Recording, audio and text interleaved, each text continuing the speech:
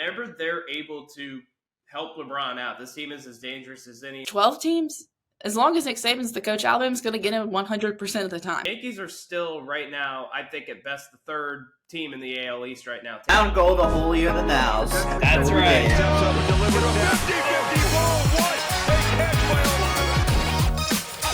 Husky reports that he is on his way to the Milwaukee Bucks. He's not getting his happy ending this time. Okay, today is Saturday, December 9th. Awesome show. Just me and you today, Zach. Justin can't make it. Scheduling mishap. He'll be back on Tuesday. Just me and you today. Awesome show. Katie Windham from Bama Nation. SI Journal for all things Alabama, mostly football. Going to break down all things with her. Making the playoffs and their game coming up in 2 weeks or 3 weeks, I guess, against Michigan. A lot to get into with her. Just awesome interview, all things considered. Going to break down NFL Week 14 coming up, Zach. Give our picks like we always do, our usual rundown like we always have, previewing NFL. First, a couple things to get into before we get into NFL, though. First off and foremost, John Ram joining Live.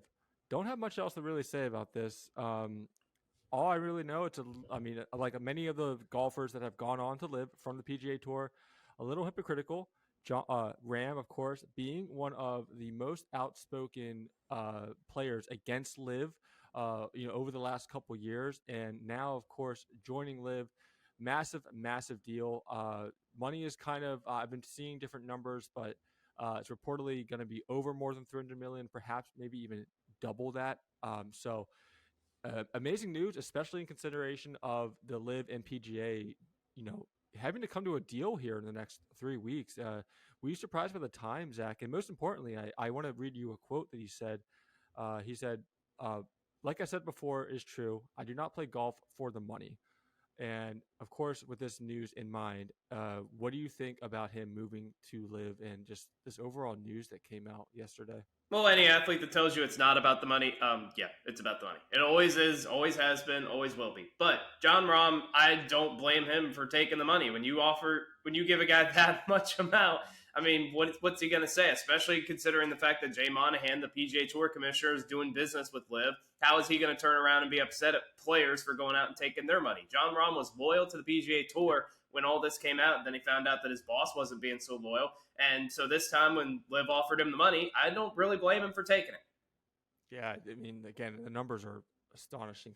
It could be, 500, 600 million, something like that, I think over the course of 3 years. John Ram, of course, currently ranked number 3 in the world golf rankings, reigning Masters champion, leaving PGA to go to Live. We'll be teeing off for the Live February 2nd, coming up here in just a month or two. John Soto to the Yankees. Going on to baseball news, MLB news that might get overshadowed very soon here, Zach. As we're recording this on Friday night, Shohei Ohtani is expected to sign with the team over the next day or two here, maybe even tonight before this podcast even goes out. But I do want to touch base on Juan Soto real fast. 7-player trade going to the Yankees. Juan Soto is coming to New York with outfielder Trent Grisham. Padres get right-hander Michael King, Drew Thorpe, Johnny Brito, Randy Vasquez, and catcher Kyle Higashioka. What do you think about this trade, all things considered? I mean, you look at the Padres and Mets last year, spending all the money they did, Soto being on that team for the Padres, of course, and both teams kind of falling short. And Yankees, of course, we all know how they did last season, finishing I forget where they finished exactly in the division, but yeah, 4th in the AL East with only 82 wins. Now 5th best odds to win the World Series going into next year. But I kind of wanted to get your thoughts on this trade, given, like I said, the Mets, Padres both paying a lot of money last year and not really doing as well as you would expect. So do you think this trade will really help the Yankees in putting them over that hump that they need to get back to their winning ways in the playoffs? Well, I don't think it's going to hurt the Yankees. Anytime you can add a player of Juan Soto's caliber, you obviously have to do it. But the Yankees, their biggest issues are still pitching related, and this doesn't solve that. Their biggest issues are still that this is an old team. This doesn't really solve that. So it's a good move for them. Obviously, you get more pop in the lineup, but the Yankees are still right now, I think at best, the third team in the AL East right now. Tampa has been consistently great. We know the Orioles won 100 games last year, and they're probably going to be really good again next year. So the Yankees got better, but did they get better enough to play with those top two teams? I'm not sure that they did. Yeah, good point. I mean, Soto will obviously help on the offensive side. Coming off his 2023 season with the Padres, 0.275 batting average, on base percentage of 0.41, and a slugging percentage of just about 52.519. 35 homers, 32 doubles, a triple, and 109 RBIs in his 162 games in San Diego. So we'll see. Definitely a good pickup for the Yankees, but yeah, pitching, as we see over the next 3-4 months here before season really gets underway, is something that has to be addressed by the Yankees. I mentioned it briefly with Shohei Ohtani. With Juan Soto, might become obsolete in the news very soon, if not already has been. Shohei Ohtani is expected to make a decision. I heard by Sunday, but if you're on Twitter on Friday and maybe even Saturday, depending on what happens here, he is expected to make a deal very, very soon. The finalists I have, from what I've heard, are the Dodgers, Blue Jays, Giants, and Angels. I think the Cubs actually are in there too. I just learned of, and I guess we're not going to go too much into it now, Zach. Most likely, this will happen before Tuesday's show. We'll break it down then, as far as what team he actually ends up going to. But let me ask you this: who do you want him to go to, and who do you think he probably will go to out of those names I just mentioned? Well, right now he's in flight to go to Toronto, so they're becoming a pretty heavy favorite to make this happen. So right now, my guess is he probably ends up at the Blue Jays. I always thought he was going to go to the Dodgers because it seemed like the most logical conclusion. He's not going back to the Angels. I think that would be the biggest surprise of all. He's not going to play on the East Coast. So my guess is I think it's going to end up being Toronto. Yeah. How funny would it be if he just signs with the Pirates after all this? Yeah. But no, Blue Jays. Are you surprised by the Blue Jays? I mean, you just mentioned it yourself. Blue Jays are such a weird team. I mean, it's not even. We've been hearing, over the year of him becoming a free agent here, how much the likelihood of him staying in, on the West Coast, and the Dodgers, with the bankroll they have and the hype that they have, were most likely going to be that team that he was going to go to. But now he goes to the Blue Jays, a really, really small market, all things considered, and I mean, it's not done yet. Obviously, it hasn't been signed officially, but I do want to break down a couple of things of why it actually does make sense for him to go to the Blue Jays. Toronto, of course, has made some pretty big free agency moves in the past to hype up their team. They just made it to the playoffs this past year. Had a decent showing, all things considered, but still not the best. Another thing I've seen a lot of people have been saying is that Shohei wants more of a low-key atmosphere, similar to what he had in Los Angeles with the Angels. And, of course, Toronto will definitely give him that, like I said, being one of the lower market teams in the country. And last point, though, Rogers Center, where the Blue Jays play, Shohei has had some pretty good success in that stadium over his career. Over the time he's played, in Toronto, 3.26 batting average, 4.66 on base percentage, and a 6.74 slugging percentage as well, with 3 home runs in over those 13 games that he's played in Toronto. So it likes the stadium, likes that low key atmosphere, and like you said, Zach, he's on his plane. He's on a plane right now to Toronto, and we'll have to just see what happens. But no, definitely not staying with the Angels. His contract alone, what he's asking for, along with Mike Trout, will be over $1 billion, and that would just be for 2 players. So there's no way they're not winning. He wants a winning atmosphere as well, and Angels, of course, are not giving that. NBA, let's break it down real fast last thing before NFL. I do want to touch base on the in-season tournament. Semifinals are over. Finals locked in. Of course, now it will be the Lakers and the Pacers facing off in the finals on Sunday night. Break down the Pacers-Bucks game real fast. Bucks, very, very tight rotation. Showed it on the box score. Bobby Portis, Cam Payne, and Marjone Bierkat all played under 20 minutes, and the bench combined to score only 13 of the team's 119 points. Other hand, Pacers bench scored 43 of the squad's 128 points. The deeper rotation seemed to benefit the Pacers on defense as well. Aaron Naismith, Isaiah Jackson contributed 2 crucial defensive stops down the stretch that ultimately helped the Pacers win over the Bucks. What was your overall thought on this game, Zach?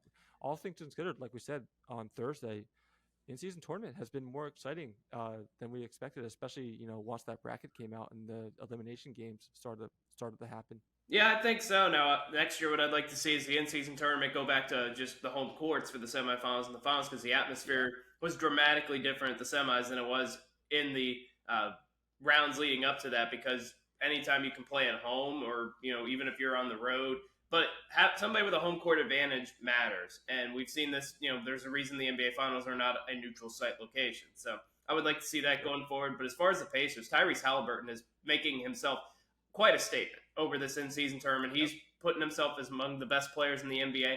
Bucks have some issues. Damian Lillard, as great as he is offensively, not so good defensively, and this team needs a bigger rotation. They're wearing Giannis out. Giannis calling out the coaching staff a little bit, saying that they need to be a lot more organized, and that's true, because this team has all the talent in the world to win a championship. Right now, they haven't put it together yet. Yep. Certainly not giving up on them, but the Pacers outplayed him down the stretch, and Tyrese Halliburton been the MVP of this in-season tournament so far. No, I mean, that's the big, not only just MVP, but it's been the biggest story, Tyrese Halliburton coming out of his shell in this tournament. 27 points, Thursday night, 27 points, 7 rebounds, and 15 assists. You mentioned it though, the bench is a big problem for the Bucks going down the stretch here, and it really showed in this game alone. Antetokounmpo, Giannis, and Damian Lillard combined for 61 points, and like I said, their bench only had 13 of the team's 119 total points. Miles Turner also played pretty good, 26 points, 10 rebounds. So overall, good for the Pacers, and like I said, they'll play the Lakers on Sunday night. Which, speaking of, Lakers do beat the Pelicans on the second game of the night on Thursday night. All-around team effort for the Lakers. Austin Reeves scored 17 points. Anthony Davis 16. Taurean Prince, 15, and then LeBron, of course, with his 30 in only less than 3 quarters that he played. Defense also held New Orleans to under 36% shooting from the field and had 59 rebounds compared to the Pelicans' 42. So overall, both sides of the ball, team effort, domination on the Pelicans.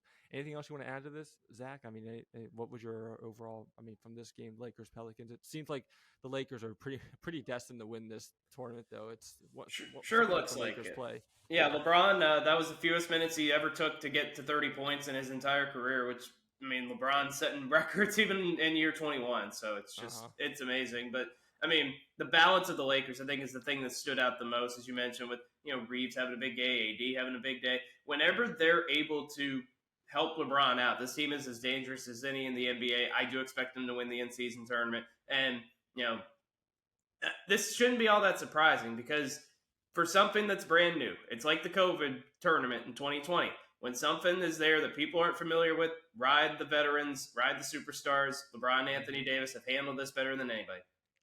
Yep. Football. Moving on to football. Let's break down Thursday Night Football real fast. Bad game on paper, but turned out to actually be not too bad of a game. Steelers still have major issues they have to take care of. Played pretty well, though, all things considered. Trubisky didn't get the win, of course, and Bailey Zappi played really well, too.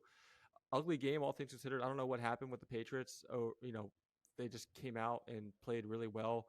Scored 21 points despite only putting up 13 points over the previous 3 games. Offense finally did show up for the Patriots, so the defense didn't have to do all the work, and it ended up winning game for the Patriots. What were your overall thoughts? Just how Zappi played and the offense played alone for the Patriots. Yeah, Bailey Zappi was great in this game. 240 yards, 3 touchdowns, was in complete control from the very beginning. We were trying to figure out which quarterback would show up. It turned out it was Bailey Zappi. 2 touchdowns to Hunter Henry, and both of those throws were just absolutely on a dime. They didn't really do a ton in the second half. They didn't score at all in the second half, but they were able to consistently run the ball enough to keep the Steelers off the field, and then the defense came up with stands when they needed them. And, the Patriots, it's been a terrible season for them, but in a one-game setting, still hard to go against Bill Belichick and able to get a win there.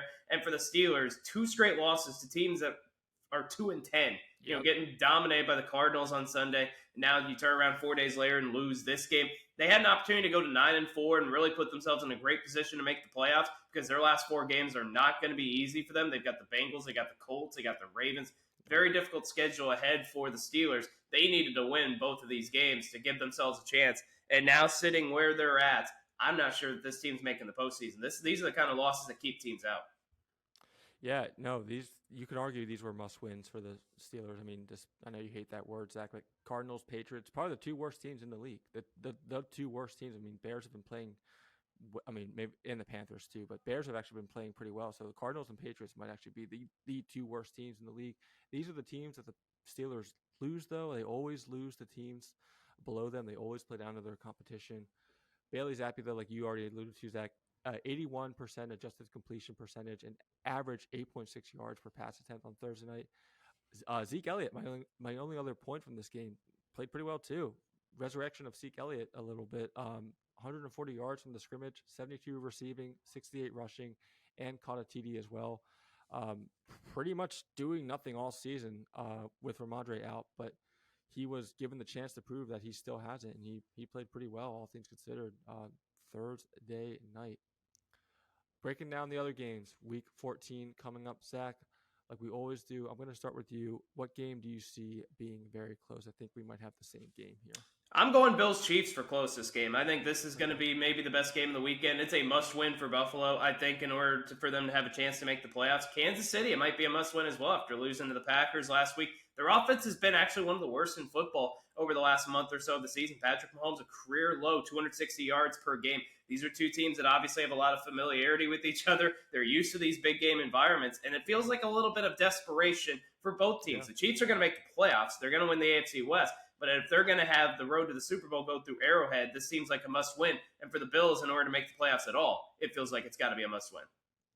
Yeah, first time since Allen's career, rookie season in 2008. Well, first time since Allen's rookie season in 2018 that the Bills were 500 or worse. And then, of course, the Chiefs playing below their expectations as well. But I'll touch base on that more in my intriguing storyline. But my closest game, a lot of people might have this too, Eagles-Cowboys. Ton on the line for this rematch, including temporary control over the NFC East, of course.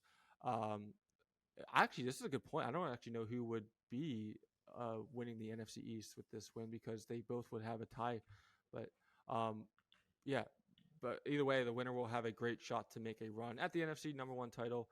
The winning quarterback could emerge as the favorite to win the NFL's MVP award as well.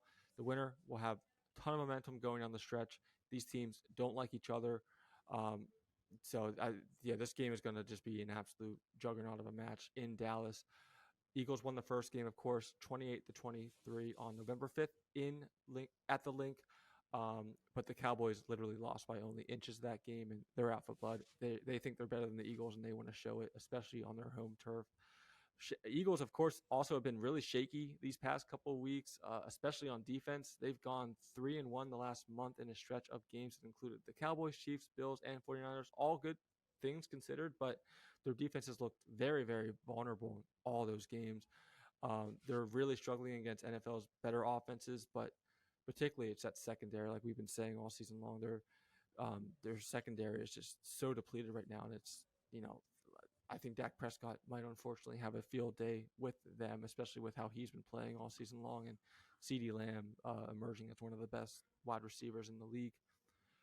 What's your most intriguing storyline, Zach, coming up this weekend? Yeah, it's the Eagles-Cowboys game. This is the biggest game so far, maybe, of the NFL season, because if the Eagles win this game, they're going to win the NFC East. Jalen Hurts is going to be the front runner for MVP. They'll have swept the Cowboys, and they'll have done something that nobody's been able to do. Let's go to Arlington and beat Dallas. Seattle was the only team that's given them a game down there. Every other game, the Cowboys have won by 20 or more points. And if you're the Cowboys, this is your statement opportunity. We've talked about all season long. The Cowboys have beaten the teams they're supposed to beat, and they've lost to the better teams. Well, this is an opportunity for you to finally get a win against an elite opponent. And I think they feel really good about themselves coming into this game. Dak Prescott has been playing the best football of his career. Micah Parsons and that defense has been through the roof. Whoever wins this game, I think, is going to be maybe the front runner for the #1 seed in the NFC. San Francisco certainly hoping Dallas wins this game, because then I think the 49ers will control their destiny because they've beaten both of these teams this year. If the Eagles win, they're still probably the front runners for the #1 seed in the NFC. So this is the most intriguing game, I think, of the season so far. Yeah, I forgot they also beat 49ers. You're right. My most intriguing storyline is we're kind of trading a little bit here. Yeah. My Chiefs Bills. Just who's going to stop the bleeding? I know you already kind of touched base on this game. Both are desperate wins for these two teams. Bills need to desperately stop the bleeding. Like I said, this is it could be Josh Allen's worst year as a Bill in his whole entire career. And then the Chiefs are obviously on a free dive as well. Lost 3 of their last five games, falling to 8-4, and looking up at Baltimore and Miami in the AFC standings. Different feel, all things considered. Bills returning the Arrowhead this Sunday. This not the same team as we thought they would be, especially heading this late into the season. Only other note I have on this game, turnover concern is massive for both QBs. Allen has committed at least 1 in 8 straight games, totaling 9 interceptions and 2 lost fumbles, while Mahomes has thrown 10 picks, and he's on pace to set a career high for turnovers. So, my opinion, whoever's going to take care of the ball the best, either both quarterback and just team in general, I do think is going to be a much better spot once the game strikes 0 in this game. Whoever takes care of the ball the best is probably going to win this game, considering how I still think explosive both teams are. What's your surprise of the week that you could see coming up, Zach? I'm going with the Broncos on the road against the Chargers. Chargers are 2.5-point favorites at home, but we know that's not a home field advantage for them. Broncos finally had their win streak snapped last week on the road in Houston. I think they start a new streak this week. I don't trust the Chargers, even at home. I trust Russell Wilson. I trust this Broncos defense. They played significantly better as of late, and the Broncos have actually played pretty well against the Chargers in recent years. So I'm going with the Broncos here to knock off the Chargers. Yeah, I'm going to go Bears over Lions. I mentioned it earlier in the show. Bears have been looking decent as of late. I mean, their offense is still a problem, but their defense has looked really, really good. What was one of the worst passing defenses in the league has made a sudden turnaround in the past 3 weeks, I would say. Bears, of course, almost did come off to pulling off that victory a few weeks ago against the Lions. They do face them again in a rematch. Montez Sweat has been amazing for the Bears secondary. He's turned the entire Bears secondary to a formidable group. So the Chicago's first 8 games, they were averaging just 14.9 pressures per game and held 13 or fewer in 5 of those games. In the 4 games with Sweat, the Bears are averaging 19.5 pressures per game with at least 17 in each game. Impressively, that includes games against solid offenses like the Lions and the Vikings. So Montez Sweat really helping out the secondary by adding pressure on that quarterback and forcing some mistakes and just giving the quarterback just less time in general, which of course is going to obviously help those defensive backs. The results have been noticeable. The Bears have tallied 7 interceptions and 7 sacks in the past 3 games alone. Jared Goff has not been playing his best ball. We've already mentioned it at length over and over on this show. Turnovers have been his biggest problem so far. Not the Jared Goff as we've been seeing the last couple of years over these last 3-4 games. If the Lions want to run away with this game, they'll need to come from their run game, and the Bears, of course, are pretty good at stopping that too, all things considered. So it's going to be a good game, but I do think the Bears have a chance to beat the Lions, and because they've been playing pretty good, all things considered, so far. Shootout of the week, opposite end of the spectrum, Zach. What is a game? Shootout of the week. What game do you see being a shootout this week? I'm going with the highest over-under this week. That's the Eagles and the Cowboys. Typically, when these teams play, somebody scores in the 30s, and I'm expecting kind of the same this time around. I think Jalen Hurts is going to have a bounce-back performance after what happened a week ago, but, I mean, you can't help but be impressed with Dak Prescott, CeeDee Lamb. That running game's gotten better as the season's gone along. The Cowboys right now might have the best offense in football. I think the winner of this game is scoring at least 30 points. Last time these teams played in Dallas, it was 40-34. I don't think you're going to get that kind of shootout, but I think you're going to get a lot of points. Yeah, definitely. I'm going to go with Seahawks Niners. Give me another divisional matchup. Of course, they played on Thanksgiving. San Fran crushed Seattle 31-13. Seahawks looked a lot better last week, though, on offense. Obviously both teams looked really good, but especially the Seahawks on offense looked really, really good last week. Purdy has been balling out. Geno played pretty good last week as well. So I think this is going to be a good matchup, too. Give me the other divisional game going on the West Coast this week. And I think the Seahawks are going to want revenge from that Thanksgiving game. And I think they're going to ride the momentum of offense they had last week. And, of course, Niners don't need an introduction as far as what they can do on offense, especially with how the way Debo and Metcalf have been playing. Now opposite end of the spectrum. Zach, what is your snoozer of the week? Saints Panthers. This game, it's the NFC South. Panthers the worst team in the league. We don't know what New Orleans is going to do at quarterback. Then this offense has been stuck in mud all season long. This is not going to be a fun watch. Yeah, I'm going to go with Jags Browns. Unfortunately, we don't really know the status of Trevor Lawrence. I've actually heard reports that he might play Sunday, which I think same. is pretty crazy. I don't actually know how that's. I mean, I've heard high ankle sprains are pretty bad, but I mean, of course, it might just depend on where it is. Yeah, I mean, Browns, we all know, have lost their starting quarterback, though. He's been out the whole year. Flacco proved to be pretty good last week, but nothing more than really a game manager.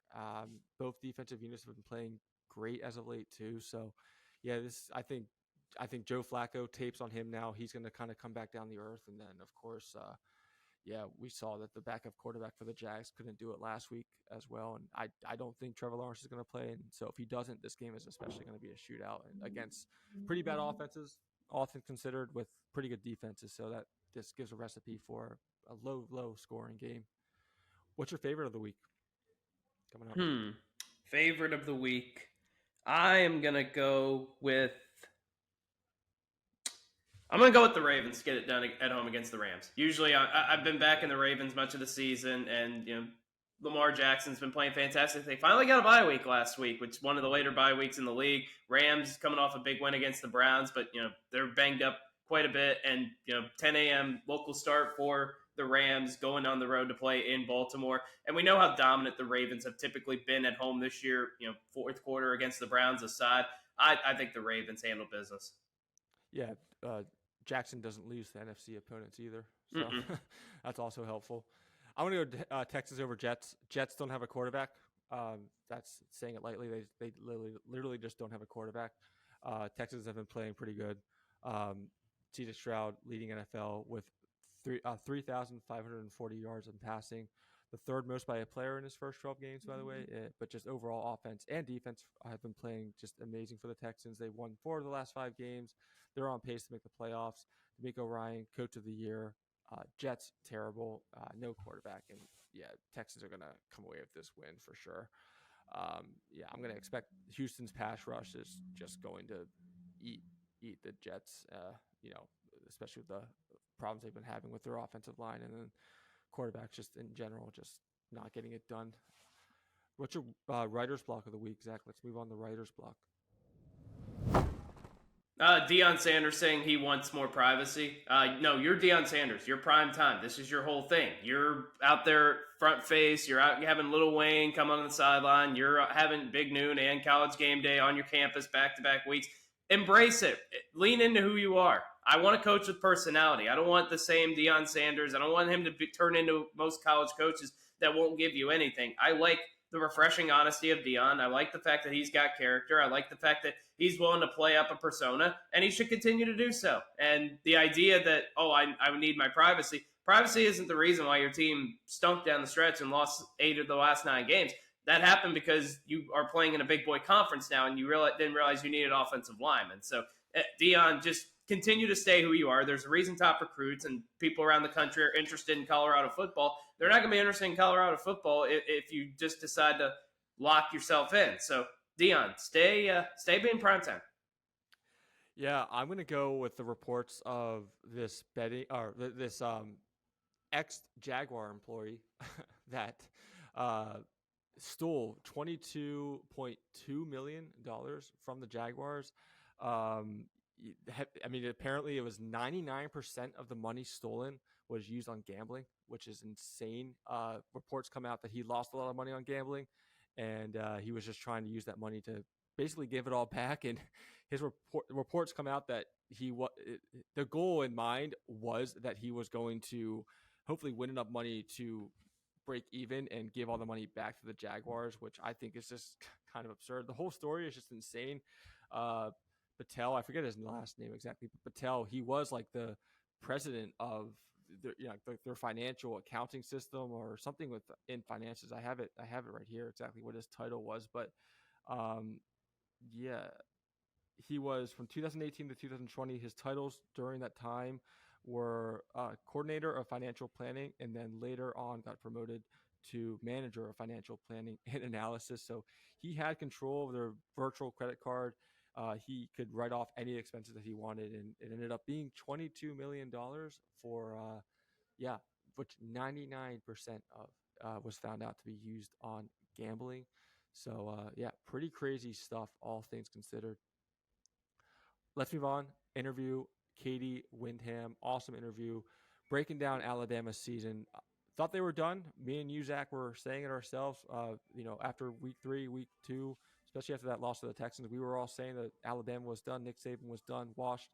Of course, came back, and now in the playoffs, and probably one of the best teams, if not the best team in the league. Going to break all that down with her, the tumultuous season they've had, making the playoffs, and especially their game coming up against Michigan. So, without further ado, let's head on down to the South and talk to Katie Windham from BamaCentral. Okay, we now head to the South and bring on Katie Windham, beat writer for BamaCentral, Sports Illustrated affiliate for Alabama football. Katie, had to have you on. Alabama had a crazy year this year. Started the season really bad.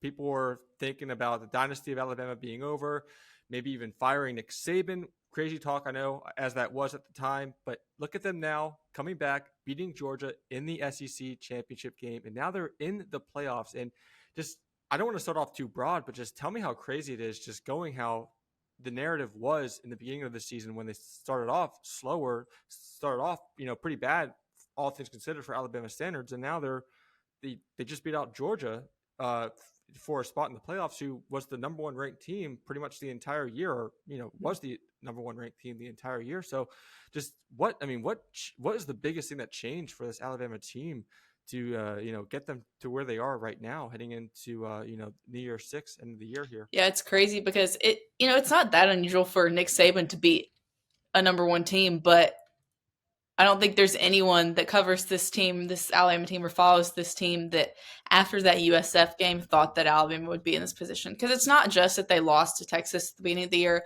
Obviously, a Saban coached Alabama team had never lost that early, but it was more what happened that next week against USF. We were all kind of joking in the press box that, we might be back here at the end of the year in this press box for the Outback Bowl, or whatever it's called now, because I don't think it's called that anymore. And now Alabama is back in the college football playoff. And obviously, that third game, that USF game, Jalen Milroe didn't play. And I think that point was kind of a rallying point for him and the whole team when he kind of became the guy after that game. Alabama gave him the starting job back against Ole Miss in week 4, and he really just took the reins. But really, when things started to change a lot was coming out of the bye, that LSU game. We really saw Alabama's offense open up in different ways, and Tommy Rees kind of called more plays that are more suited to Jalen Milroe's skill sets, more design runs. Obviously, he had a huge game against LSU running the ball and throwing it, and Alabama kind of started to involve some different guys in the offense. And this defense has been pretty strong all year, but the way that Milroe has grown and evolved, and Saban's talked a lot about, as he's grown in confidence, it's helped the whole offense grow in confidence. And the offensive line has gotten a lot better. Milroe was getting sacked left and right the first really 2/3 of the year, and they've improved a lot. And it's all kind of come together where, here we were last weekend in Atlanta, that Alabama is able to upset number 1 Georgia and in their kind of dominant run over the last 3 years.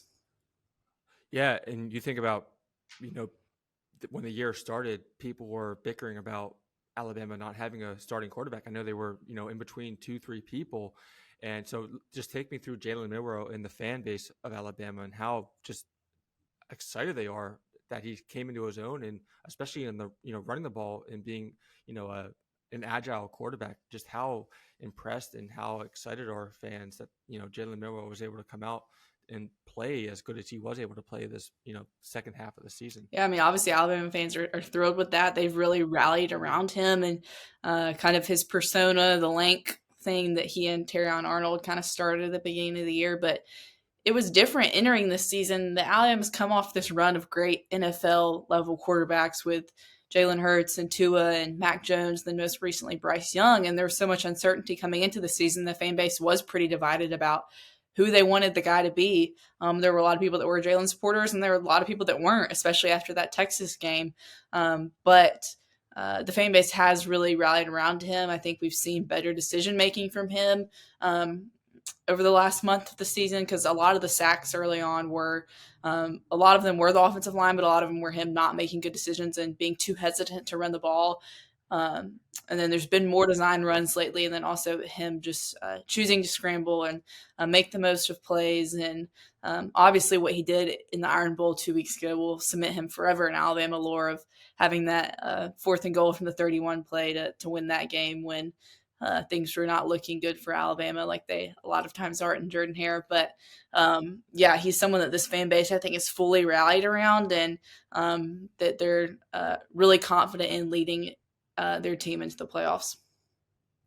Do you think Nick Saban should be considered Coach of the Year in college football? Just what he was able to do. Yeah, I mean, I think a lot of people would agree this is his best coaching job, if one of his best, if not his best, while at Alabama, which obviously it's not unusual for him to get his team to the playoffs. They've been 8 of the 10 years of its existence, but there were very, very few people that probably thought Alabama would be here after the first 3 weeks this season. And the way he's been able to rally this team with a new quarterback, 2 new coordinators, you had a new starter at running back, a bunch of your key positions. You lost Will Anderson and Bryce Young, your 2 main guys on both sides of the ball coming into this year. And the way he's rallied this team and kept them focused and gotten them to this point where they were able to win the SEC and get back in the playoffs, I think, a lot of times Nick Saban has done good coaching jobs, and he doesn't care about the awards, especially for him personally, but where he doesn't necessarily get recognized just because of who he is. But I think this year he probably will maybe win some of those Coach of the Year awards. I think today, I can't remember the name of it, but he was named a semifinalist for one of them earlier on Thursday. And so I think maybe he'll take some of those home this year. How do they match up against Michigan coming up here at the end of the year? Run game. I mean, me personally, looking in, I'm not really an Alabama fan per se, but would you be concerned about the rushing attack for Michigan? Blake Corum obviously can run the ball. Donovan Edwards, of course, can also, be dominant on the ground as well. And Alabama can get a little bit tricky sometimes against the run game. So what is, how does Alabama match up against Michigan? And, what's the hopes of being able to take them down come end of the year? Yeah, I mean, I haven't done a ton of Michigan scouting yet, but the rush defense has been a concern for Alabama at times this year, especially in the Iron Bowl. I think Auburn rushed for a lot more yards than people would have expected them to, but we saw last week Alabama limited Georgia to 78 yards on the ground. And so there's been times where they've been really effective in defending the rush, and I think it's a good matchup for Alabama. Obviously, Michigan has one of the best defenses in the country, but they've also been facing Big Ten offenses for the majority of the year. And the other day I was listening to the radio, and I think they were talking about basically like half of Michigan's schedule has been against offenses that are ranked 100 or below.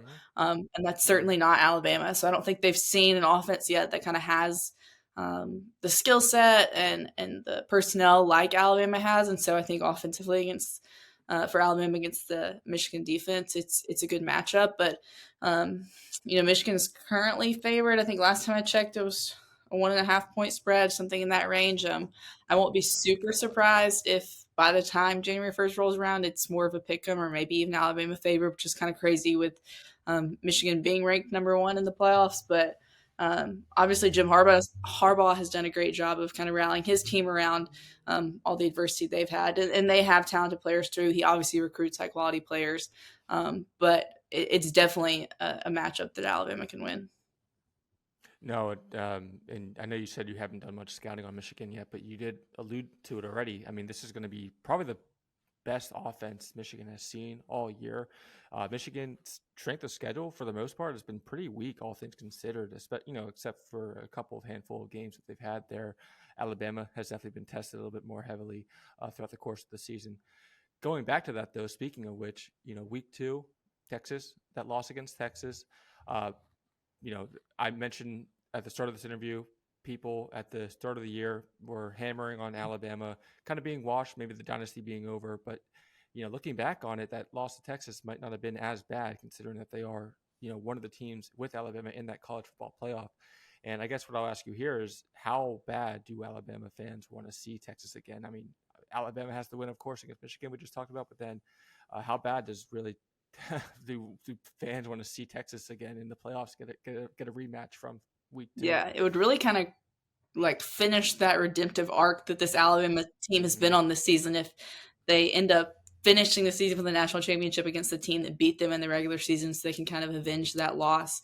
Because so far this year, they've taken care of 3 of the last teams that beat them: Georgia in 2021 and LSU and Tennessee from last year. They beat them this year, and so it would be kind of the perfect bow, the perfect storyline for the way this season to end. And obviously, if Alabama and Texas both win in their semifinal matchups and meet up, it'll be the game's in Houston, the national championship. So I wouldn't be surprised if Texas has the stadium probably 75-25, just because it's in Texas. Texas hasn't won a national championship since the mid 2000s, so their fans are desperate for one. Alabama has obviously played them plenty, so their fan base isn't going to be as likely to kind of probably dole out the money, and Texas will get all the kind of corporate tickets anyway, since it's in Houston. But Alabama's had good success in the past in national championships against teams in their home state. You look at LSU in 2011, which was technically the 2012 BCS national title, and then Georgia in 2017 and in Atlanta,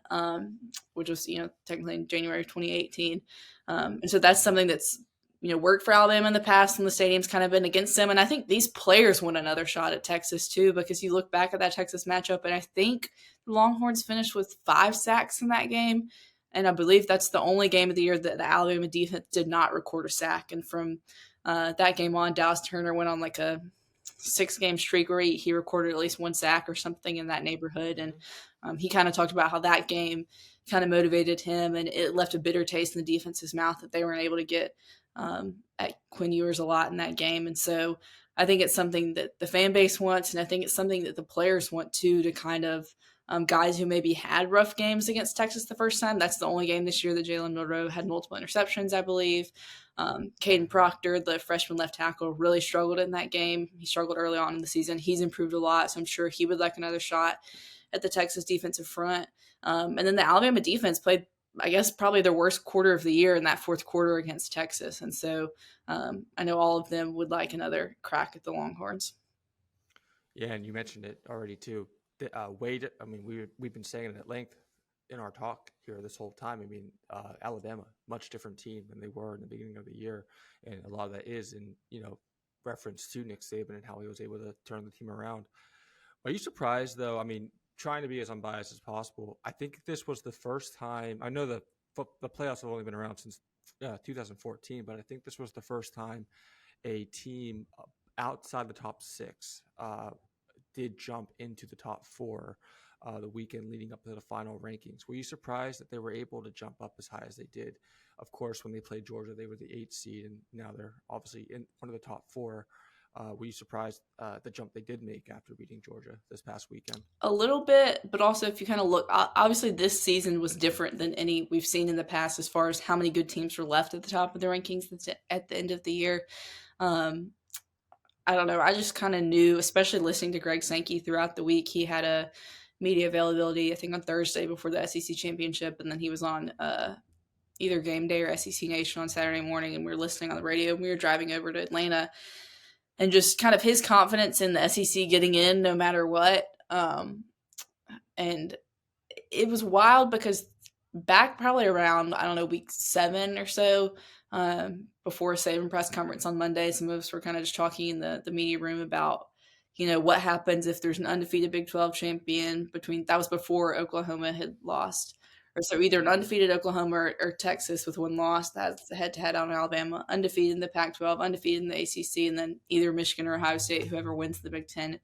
We were like, that'll never happen. Like, somebody will lose. And it just kept happening week after week that the teams Alabama needed to lose, it just didn't happen. But I kind of knew if they beat Georgia, they would probably have the best resume in the country. They would have just beaten number 1. Their only loss would be to another playoff team that I just would find it really hard to believe that the committee would leave them out. And I knew that Jordan Travis's injury was going to kind of be the committee's I can't think of the right word right now, but their way that they could slip Alabama in is that's the excuse they could use. And that was like the very first thing that Boo Corrigan said on the CFP show when he was asked about it, was that Florida State was a different team without Jordan Travis, which I hate it for them. I hate it for him. It's an unfortunate circumstance. We've really never seen this in the playoff era, that there's this many teams that are truly kind of deserving of those top 4 spots. But it'll be the last time that we face kind of this scenario, because obviously next year we enter the 12-team playoff, but then it'll just be there's somebody in that scenario that's right on the outside looking in, but it'll obviously give more teams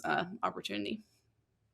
Yeah, I mean, it's like everyone's been saying, two things can be true at the same time, right? It's unfair, but at the same time, it's also the best 4 teams did make it. Yes, it's unfair. They were undefeated. Committee continues to not really respect the ACC. Yeah. That's a whole nother discussion. But that being said, though, well, I'll leave our talk with this question here. This has been awesome. I really, thank you for your time, Katie. But being in Alabama, someone that covers Alabama, you're an Alabama fan.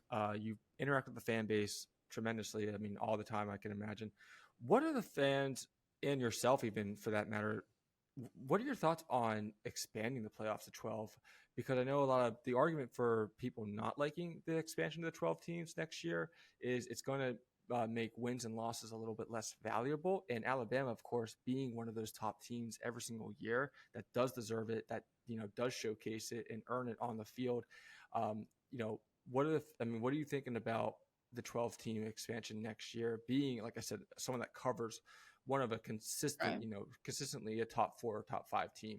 Yeah, I mean, I do think it will devalue the regular season some. I think they're too going to have to figure out what to do about conference championships, because really we saw what happened this year is that Georgia playing in that conference championship against Alabama ended up punishing them because they're number 1 and they have to play, number 8 Alabama. Meanwhile, Michigan's playing Iowa. That's probably I think is the worst offense in the country. Statistically, Texas is playing a not great Oklahoma State team that got drummed by UCF. And so I think they're going to have to figure out moving forward kind of what to do with the conference championship games. Greg Sankey was pretty adamant that they're going to keep them. But as far as from an Alabama perspective, I think it just gives them even more leeway. I mean, look, Alabama's gotten into 80% of the playoffs when it's been a 4-team format. They've gotten in 8 of the 10. So if it's 12 teams, as long as Nick Saban's the coach, Alabama's going to get in 100% of the time. Like, when have they finished outside the top 12 under Nick Saban his first year? Yep. Maybe in 2019, they technically, I think in the last CFP rankings, they may have been 13 before they beat Michigan in the Citrus Bowl. But it's just, if it's a 12-team format, which it is going to be, it's going to give teams like Alabama, teams that have already been at the top, more leeway in the regular season to get in. But also it will provide other teams that we haven't seen in there before an opportunity to get in, especially if they stick with the highest rated group of 5. That will obviously be some new faces in the mix. And then also kind of in that 6 to 10 range, some teams that have always been on the outside looking in will now get a shot at the national title. Do I think it'll change the results a lot? I mean, we look at the semifinal history in the playoff, and there have been very few good semifinal games. And so even then you think, are there going to be 12 teams that are really even playoff worthy? But college football is great. It's a great sport. Adding more games, I'm sure there will be some good matchups. I think one of the best things about it that fans are excited about is the opportunity to have home playoff games. That'll be really cool to get to see fan bases in different parts of the country in December when you never play there normally at all, but especially at that time of year. So I think that'll be a cool aspect to it. But I think it's only going to advantage teams like Alabama and the Ohio States and Georgias of the world that already have gotten in multiple times.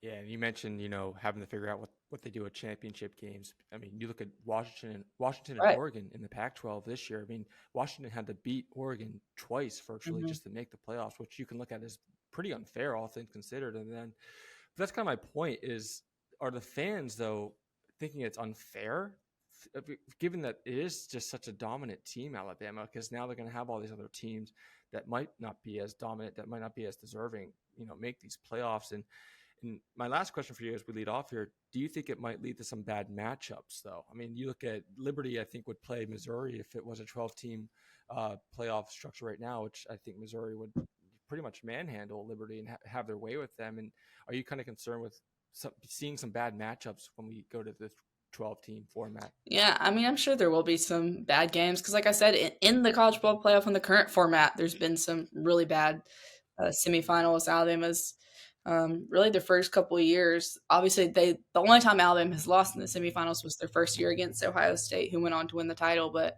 in 2015, what was the final score against Michigan State? Like 38-0 or something. You know, that's not what you picture from one of the four best teams. Is getting shut out by 38 points in the playoff. A couple years ago when it was Kyler Murray versus Tua, Alabama jumped out to a 28-0 lead in that game. It ended up the final score being a little bit closer, but we've already seen some bad semifinal matchups, and obviously last year's national championship between Georgia and TCU was not ideal championship football matchup for the final of 65-7 or whatever it was. And so, yeah, I think there will be some not great games, but we also see upsets happen all the time in college football. And so I think hopefully it'll produce enough good games and good matchups that it balances out. And it'll make more people across the country happier with the access they have with 12 teams, less room for complaining about this is why I got left out, because you have even more opportunity to get in this scenario. Yeah, and like you said, you might see some home games in the snow. Yeah, too, that'll be wild. In these playoff games, which would be insane to see. And I think just your last point too, you mentioned TCU last year against Georgia. That might actually be one of the reasons FSU was kept out, because they wanted to kind of prevent that blowout matchup that we saw last year again, and they might have been afraid that FSU might have been one of those teams that would have struggled against the other three. So that game, unfortunately, last year, the national championship game, might have really hurt FSU this year. But who knows? I'm not going to read the minds of the committee. But Katie, thank you so much for your time. We'll definitely be in touch. Yeah. I really appreciate your time, giving us the expertise. Alabama, and maybe if they make it to the national championships, have you on again, give us a rundown preview what to expect, and kind of just what touch base on what we can hope to see on that game. Yeah, of course. Thanks for having me on. Okay, let's finish up the show with Off the Map and Long Haul. Zach, we'll start with you. What is your Off the Map of the week? Yeah, how about Rutgers basketball signing two of the top three prospects of the 2024 class? Dylan Harper, Ron Harper's kid, Ron Harper Jr.'s younger brother, and Ace Bailey, both committing to Rutgers. And this is a program that, as we know, they're not necessarily a dominant program in any sport, but especially not in basketball. And now we're starting to see Steve Piquel, I think, has done a really good job there, taking Rutgers to a couple of NCAA tournaments. Now he's getting the top talent that, signing two of the top three players would be huge regardless of where you're at, whether it's Duke, Kentucky, Kansas, whatever the case may be. But to do it at Rutgers is an amazing accomplishment. Now it gives us reason to pay attention to the Scarlet Knights going forward, because these guys are really good. Harper and Bailey could both be first-round picks, could both be lottery picks in 2025, and they're playing their college basketball at Rutgers. Kind of hard to believe. Yeah, I'll actually get that on my off the map or long haul a little bit. My off the map, though, Steelers making history for all the wrong reasons. We kind of already touched base on it earlier. Loss of the Cardinals and Patriots these inconsecutive weeks. The Steelers have become the first team over 500 in the NFL history to lose consecutive games to teams at least 8 games under 500. Sunday's Week 14 matchup in Pittsburgh saw the 2-10 Cardinals stroll into Acrisure Stadium and leave with a 24-10 win. Of course, Thursday night, Steelers fell to the 2-10 Patriots. The Cardinals and Patriots put up a combined 45 points in 6 quarters against the Steelers defense, considered to be one of the top units in the league. So, yeah, Steelers making history for the wrong reasons. First team over 500 to lose 2 consecutive weeks against 2 teams that were 8 games below 500. So, awful look for the Steelers. Zach, what is your long haul of the week? Finish us off. Long haul of the week. I'm going with UConn women's basketball, starting the year 5-3, which is unheard of for UConn. They went years without losing games. Now they've lost 3 of their first 8 games. This is not the same program that we're used to. And they've gone 5 straight years, I believe, now without even winning a national championship, which at UConn is an eternity. And, Paige Becker's return has not been what we anticipated. Like, she's been good, but it hasn't elevated the rest of the team just yet. And Gino Auriemma, one of the best coaches, if not the best coach in the history of women's college basketball, right now, this is not a program that's in the top 16 seeds projected in bracketology right now. And they just got dominated by Texas, 80-68 the other day. They're playing North Carolina on Sunday. It's not going to get any easier for the Huskies. And they're not going to miss the NCAA tournament or anything like that. But I'm not sure that we can look at them as a national title contender anymore, when we always used to count on UConn having either no losses or one loss, worst case, when the time they entered the NCAA tournament. So UConn women's surprisingly bad early in the season. Do you think the men team having success has had anything to do with that? No. Yeah. You wonder. I mean, money, monetary resources and all that. You always kind of wonder, but I agree. I don't think it does either. I'll keep it basketball as well, but men's basketball. You already alluded to it, Zach. Dylan Harper joining the Scarlet Knights. Particularly my long haul is a lot of people are saying that Rutgers are national championship contenders now. I think that still might be a little bit too high-fetched, a little bit too ambitious. Harper is number 2 recruit in the class of 2027, of course. He will join the number 3 recruit as well as Ace Bailey, as you already kind of alluded to. You did allude to already, Zach. Don't get me wrong. Rutgers have definitely amassed one of the best recruiting classes in the nation. But I still think it's a little far off from them to be considered national title contenders. That's just not how really basketball works anymore. For a team to be successful, make a run, you need veteran play. I just think 2 freshmen are not really going to get that done. Harper Bailey are both likely to be one and dones, meaning their first year at college will, be them just learning to adjust to a level of play that's faster than what they're used to. But of course, after that first year, they most likely will be done, considering how talented they are going to be. And I just think the veteran play is what Rutgers is ultimately going to be losing and lacking on. And I just think it's going to be a little bit too much talk for them to be considered national contenders, next year. Good show. Zach will be back on Tuesday. Justin will be back with us. We'll get guests still working out, but as always, break down NFL and anything else that comes up since then. Probably, Shohei most likely will be signed by somebody at that point. Maybe Blue Jays, most likely the Blue Jays, but we'll touch on all that then. But until then, keep on traveling, and we'll see you then.